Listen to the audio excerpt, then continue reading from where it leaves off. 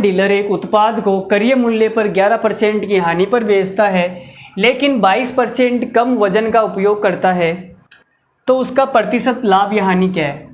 तो भाई उसने कहा कि मैं क्रय मूल्य पे 11% की हानि खाऊंगा, 11% का लॉस उठाऊंगा। तो 100 रुपये का जो माल है, अगर इसको 11% की हानि पर बेचेगा तो कितने में बेचेगा, 89 में। बोलो भाई सही बात है या नहीं। अगर 100 रुपये का माल वो 89 में बेचेगा तो हम बोल सकते हैं कि उसको 11% की क्या हो गई, हानि हो गई। लेकिन वो बेचते समय क्या करता है, 22% कम वजन का उपयोग करता है। सामने वाले को बोलता है कि मैं तेरे को 100 ग्राम दूंगा, आजा भाई मेरी दुकान पे आजा, मैं तेरे को 100 ग्राम दूंगा। लेकिन उसने 22% कम वजन तोल दिया मेरे दोस्त, 22% कम। बोलो भाई तो कितना दिया, 78 ग्राम दिया उसने, 78 ग्राम ही तोल दिया उसने। बोलो समझ में आया नहीं आया। अरे आ गया ना। जो कस्टमर है वो 100 ग्राम लेने गया था लेकिन उसने गलत वजन का उपयोग करके 22% कम तोल दिया। 100 की जगह कितना दे दिया, 78। तो बेचते समय बेईमानी करता है तो अनुपात उल्टा लिखा जाता है। इस अनुपात को लिखते हुए आपको ध्यान रखना है। मैं हर सवाल में बोलता हूँ ध्यान रखना है, ध्यान रखना है, बट नहीं, आप तो ध्यान नहीं रखेंगे।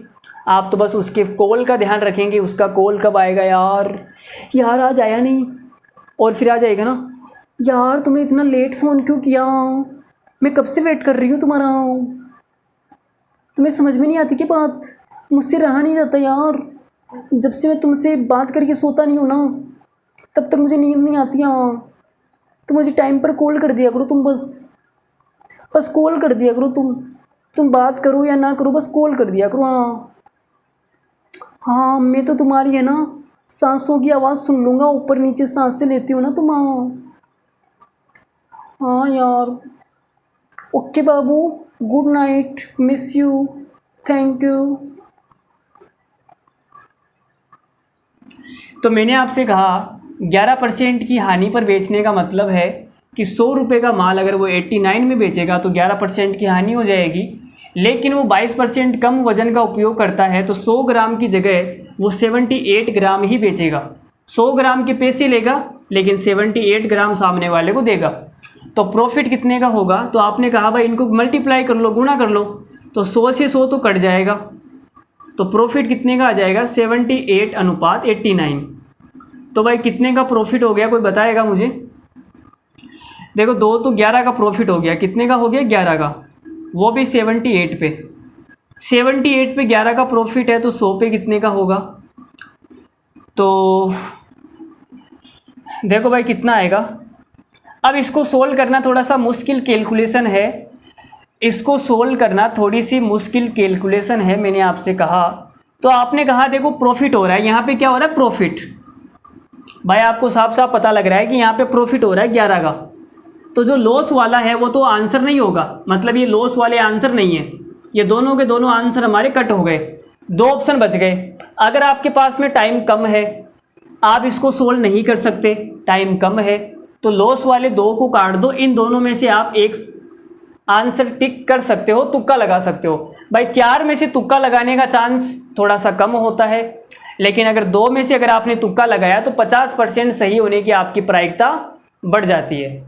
ठीक है, तो 2 में से अगर तुक्का लगाओगे तो कोई ना कोई तुक्का तो बैठ ही जाएगा यार। चलो देखो सोल्व कर लेते हैं। तो इसको सोल्व करने का तरीका भी मैं बता देता हूँ, देखो ध्यान से समझना, मैं आपको समझाता हूँ।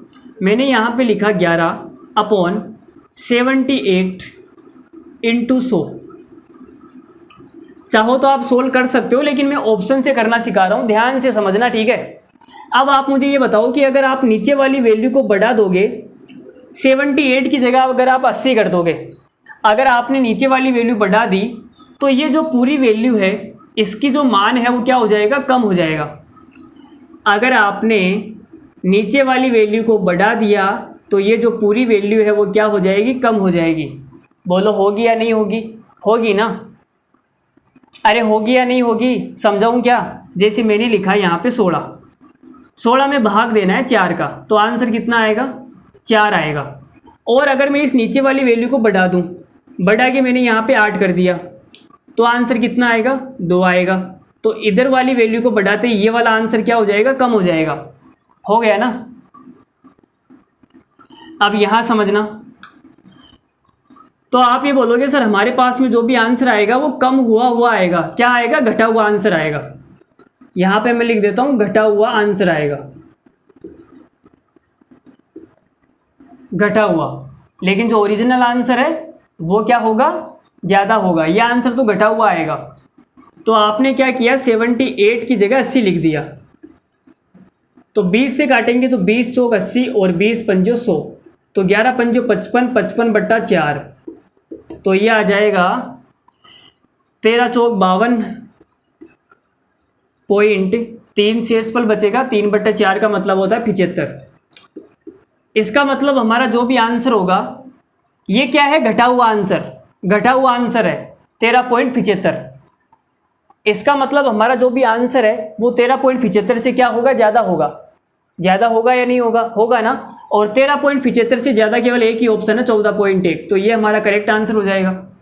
इसको तो भाई हमने पहले ही कट कर दिया ना, तो हमारा आंसर क्या होगा, 14.1% लाभ। चलो भाई, अगर आपको समझ में आया तो ठीक है, अगर नहीं समझ में आया तो कोई बात नहीं, कोई बात नहीं भाई। इसको सोल्व कर लो यार, सोल्व करने में क्या जा रहा है। तो देखो ये 4 से कट जाएगा, मुझे 4 से तो नहीं कटेगा, 2 से कटेगा। चलो आप सोल्व कर लेना यार, 14.1% आंसर आएगा। मैं डायरेक्ट लिख रहा हूँ, ठीक है, ये मुझे इतना गुणा भाग आता नहीं है। 14.1% हमारा करेक्ट आंसर है। आगे बढ़ते हैं अगले सवाल पर। तो भाई पकड़ो जी अगला सवाल।